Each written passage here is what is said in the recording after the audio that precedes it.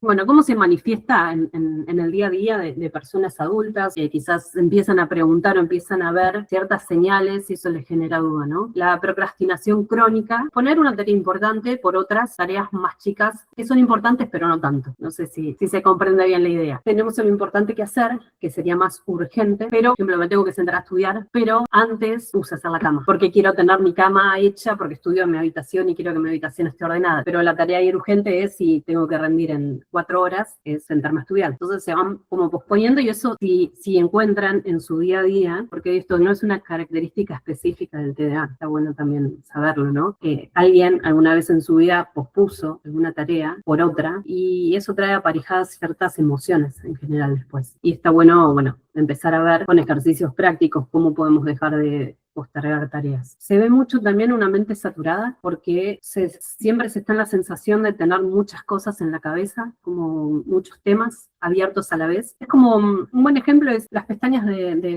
la compu, pero muchas pestañas abiertas a la vez, ¿no? Que es como, se siente así la mente, como un montón de pestañas. Entonces se puede aprender y entrenar habilidades para ir de a una pestaña, ¿no? Abriéndolas de a una, o cuando están todas abiertas, aprender de a poco a cerrarlas. Olvidar cosas importantes, eso es se ve mucho también, pérdida de objetos, de citas, de compromisos. A pesar de que intenté anotármelo en un papel, pero después ese papel lo perdí también, ¿no? O sea, capaz que me interesa un montón ese turno médico, pero se me pasó o lo anoté mal. Vuelvo a decir lo que decía antes, no es una cuestión de voluntad, no es cuestión de esforzarse simplemente, sino que hay algo ahí que se tiene que entrenar, que no está funcionando como esperaríamos que funcione. Vuelvo a insistir, quizás yo soy un poco insistente con eso, pero el diagnóstico es clínico, el diagnóstico con personas que estén formadas, ¿no?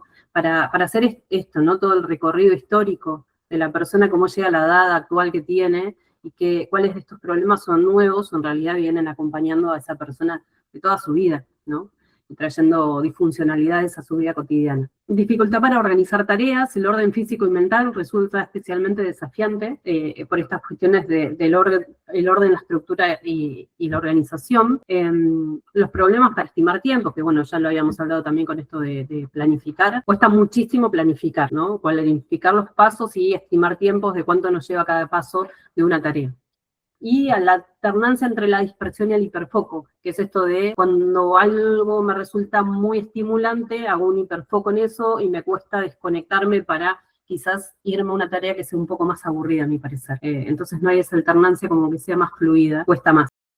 Muchas veces en muchas personas pasa desapercibido durante la niñez y no llega al diagnóstico, y no quizás porque el contexto no estuvo atento, porque no es que quizás mis papás no me prestaron suficiente atención como para no llevarme a consulta, sino que muchas veces se compensan un montón de cuestiones y hacen que se llegue a la adultez de una forma compensa con un costo muy elevado, y el costo en general es emocional y es de vida, de enfrentar las cosas y que todo sea más cuesta arriba. No se siente así, como que sí se puede, pero es todo mucho más difícil y más cuesta arriba. Bueno, un poco esta frase es de un consenso que se hizo el año pasado acá en Argentina sobre TDA, que habla de esto también, ¿no? Que no es lo mismo tener un síntoma aislado o tener una característica que esto que se da durante toda la vida. Y la diferencia entre una persona que puede procrastinar una tarea y una persona que tiene diagnóstico de déficit de atención es la mayor intensidad y frecuencia que persiste a lo largo de la vida, y la disfuncionalidad y el costo que trae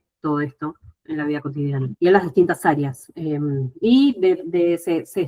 Los estudios nos dicen que hay aproximadamente 6 de cada 100 adultos que tienen TDA. Eso nos habla de que en un grupo obviamente grande de trabajo puede haber más de una persona que esté padeciendo, o no padeciendo, pero sí que tenga el diagnóstico, o no lo tenga y haya. Un 44% está más diagnosticado en la niñez y el 56% recién en la adultez. En general, por lo que se ve la estadística, se revela un patrón común, que muchas personas viven muchos años sin entender por qué les cuesta tanto organizarse, por qué no pueden sostener la atención durante mucho tiempo, por qué llegan tarde a muchos lados, llevado a situaciones más extremas y con estas características combinadas. No, vuelvo a decir, no son características que se pueden aislar por sí solas y que van a ser un diagnóstico diagnósticos, ¿no? Una persona que porque postear muchas tareas solamente eso quizás no sirva solo para un diagnóstico. Hay que ver siempre, por eso se ve en una entrevista y con evaluaciones neurocognitivas, todo el combo de qué es lo que le pasa a esa persona en particular. Y es esa frase de tener la cabeza en las nubes, que se le adjudica a muchas niñas,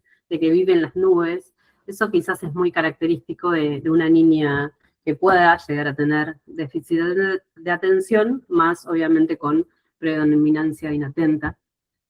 Pero sí se está viendo cada vez más que hay adultas mujeres que están recibiendo diagnóstico o con sospecha de diagnóstico cuando se encuentran para enfrentar a una situación académica que no pueden resolver, o la maternidad, o lo laboral, y ahí empiezan a cuestionarse cosas que en la niñez pasan desapercibidas por esta compensación que hablábamos antes también, ¿no? Por lo que llamamos también masking, que es como, bueno, se va compensando eso que no sale tan bien, entre comillas, naturalmente, se va compensando y se vuelven mujeres en general autoexigentes, muy perfeccionistas.